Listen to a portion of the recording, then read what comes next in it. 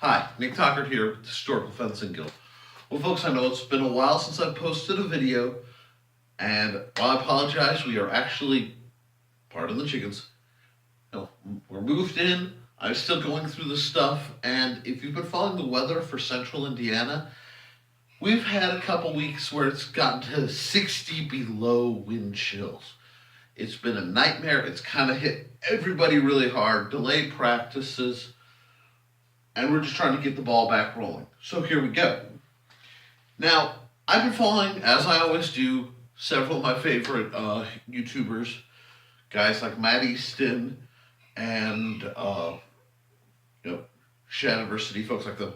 But Matt Easton commented that in HEMA, people are using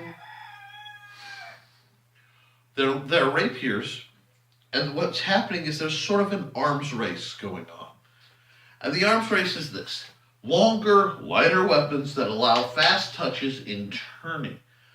This has been going on for a very long time. The SCA has come and gone with an arc like that. I'm going to get to that. I'm going to feature some very old fighting weapons that I think you guys might get a kick out of. And we're going to talk about why, as a sword master, as a swordsman, I think this isn't the best of practices, because it sets some precedent I don't necessarily agree with. Now, first we'll go with the theory. The theory is the longest weapon you have is what you should be using. So there are people going out. This is a 40-inch bladed diamond Schlager, an improvised hilt out of pieces I had laying handy many years ago. And as you can see, this affords me ridiculous quantities of reach. It's very long, very powerful, and according to many, as a rapierist, this is what I should be fighting with, because this is about the longest I'm comfortable holding. And I can still go, let me get to the camera, control it extremely tight. I can make very, very tight little circles with very minimal effort, because I've been doing this for a long time. But there's a problem. The problem is this, and I don't know if I can get my camera to show it, but if this isn't set on the ground.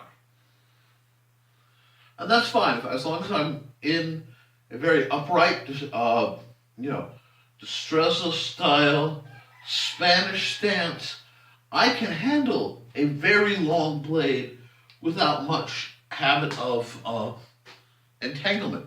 It's part of why the Spaniards were just so effective in rapier duels, especially very late in the period.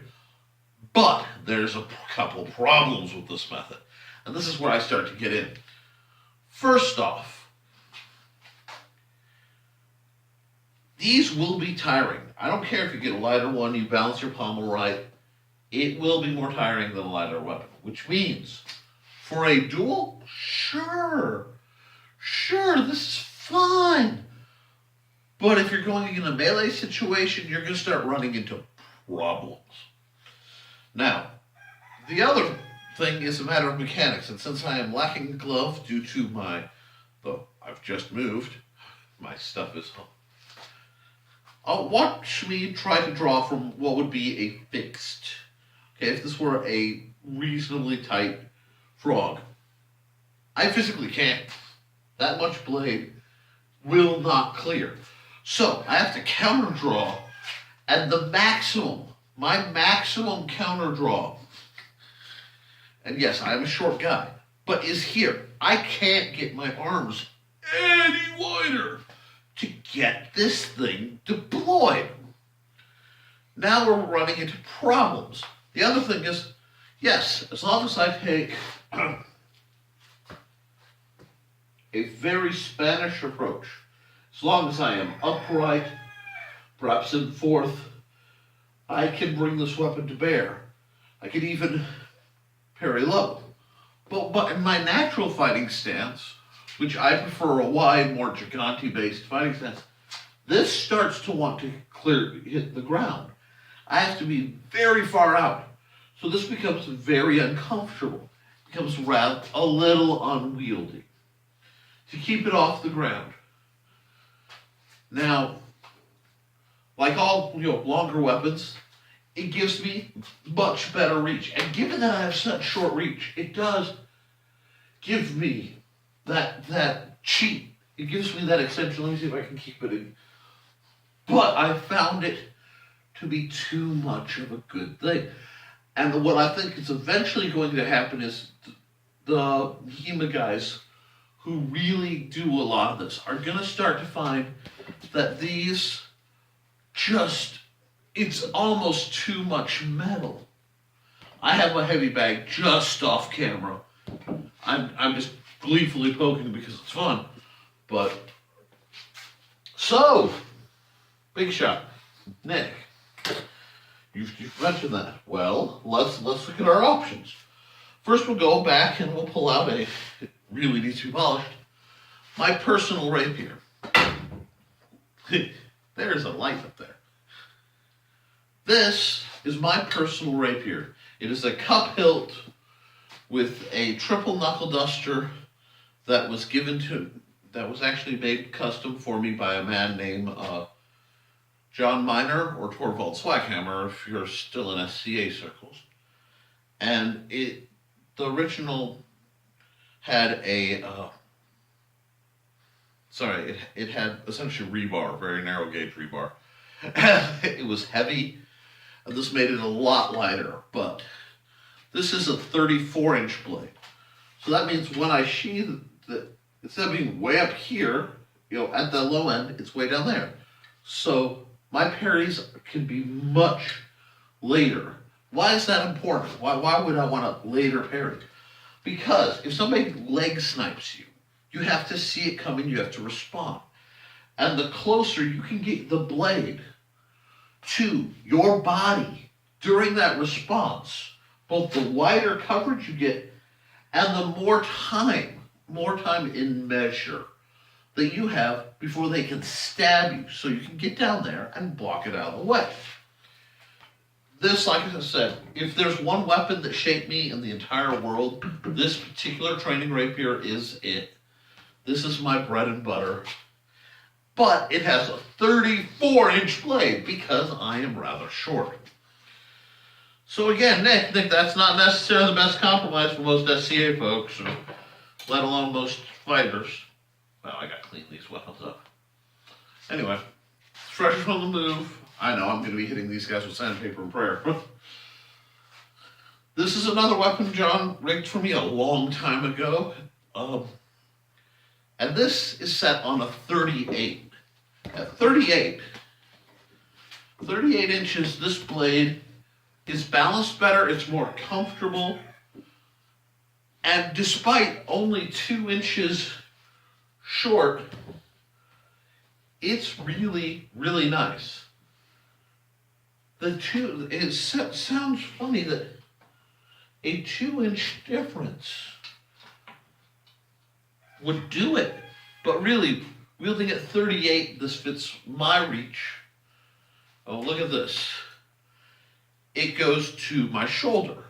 This, to me, would be the outside of what I would consider an effective for my body, for my wingspan, weapon. Now, I have one more to show you because I'm here. This is a 30-inch, another diamond schlocker from Zen Warrior, if you're curious. And as you can see, all my weapons need to be retipped. It's been a long time. It's been a long time since I've handled these. It's a long time since I've really talked about it. So, been nostalgia. They're all well worn, and I love them dearly. It is what it is. Now, this is a sword. Look at this. I can comfortably draw. What does that mean to me? Why is having... Nick, it's a duel. Nobody, by most rules, go into duels carrying, with their weapon sheathed, which is something I want to change. I'm working on bringing back an old policy of at least having a couple duels like that. during our practices, and I'm working on rigging frogs that will work for the purple heart. But why? Because I believe that you should train with as few artifices as possible. And while my 34 is my baby, this is probably the most practical weapon I own. This is 30 inches is a reasonable length. It's a little long to find in machete, but it is findable. It is, I've found katana, at Wakizashi's, there's flux. 30 inches is not unreasonable. This means if you're training from a practical standpoint, you want, just because it's who you are, the weapon to be comfortable and very realistic. If you want to say, no, if I got sucked through the portal, I could make a sword like this go. Now, I do have a couple other swords in here that are relative, and they have to do with this conversation. But I want to encourage you not to metagame. Before I go any further, I want the course of this. I'm having fun bringing out my old sword bag and realizing I have to clean it and all this stuff. The trick, the important part in this is understanding, why are you fighting people? Why are you fighting Western martial arts? Are you going to a tourney so that you can get kind of shape and win? Great, I understand the competition vibe. I was the king of second place for the longest time. But if you're coming to become the best swordsman you can be, if you're coming to be the best gentleman, if you have any shred of, the Victorian version of chivalry most of us quietly embrace, is it fair, right, or even sane to be out, like, now two-handed? All of a sudden this makes all kinds of sense. Is it fair to gesture, say, to be wielding something like this that is simply an advantage that you can use in a championship setting? I'm not sure. That's a decision you have to make. For me, I prefer a shorter weapon with an accompaniment. Now this, boy, they need to clean up, John Miner special. I did the knuckle guard. He did the brass plate. This is considered a wide dagger. This is done by Warrior Armory, and this feels really, really nice in my hand. Now, if I take this, which again, this fits my definition of a sword, a bladed weapon that is as long as your arm or longer. This would be a short sword for me. By some people, it would be a dagger. It is not a poniard. Now, the other type of dagger, which I will get out because I'm getting all my toys out anyway. Wow, do I need to I just need to sit here and clean all these weapons up. This is a flexi dagger. Horrible name. Lovingly referred to as a railroad spike. These are stiff. These are unforgiving in the thrust. They have a very, very small cross-section of the tip. But I think these make much better accompaniments to practical weapons. Now I'm in a position where I'm dual wielding essentially. Okay, I'm not really throwing this out like it's a main gouge, because it's not rigged like that. This is rigged as a short sword, so I treat it like a short sword. This is a sword. These two work well and independent to cover my diamond of defense, which I get into in my book. My point being, if you're going to be honest, if you're going to study historical weapons and think of yourself as a swordsman, train with things you can actually use. If you agree with this, please comment. If you disagree, please, I'm all about hearty but civil discourse. If you want to see more of the classical rapier live fencing stuff, put it below. The other thing, many folks are missing my videos, even guild members. I'm looking at you, Trey, because they forgot to hit that little ring the bell thing to get all my notices. I try.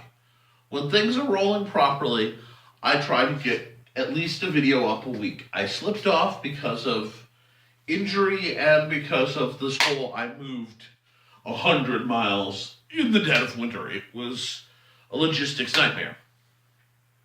Ring the bell, subscribe. I will be putting up more material. As the weather gets nicer and the guildies get out more and they're feeling better, we will record our bouts. But frankly, I don't like showing us go through the, oh my God, we're all so sore stage. You don't really want to see us hurting. I don't want to show it and embarrass anybody. If that's something you really want to see, again, comment, like, share, subscribe. And as always, support your local sword master.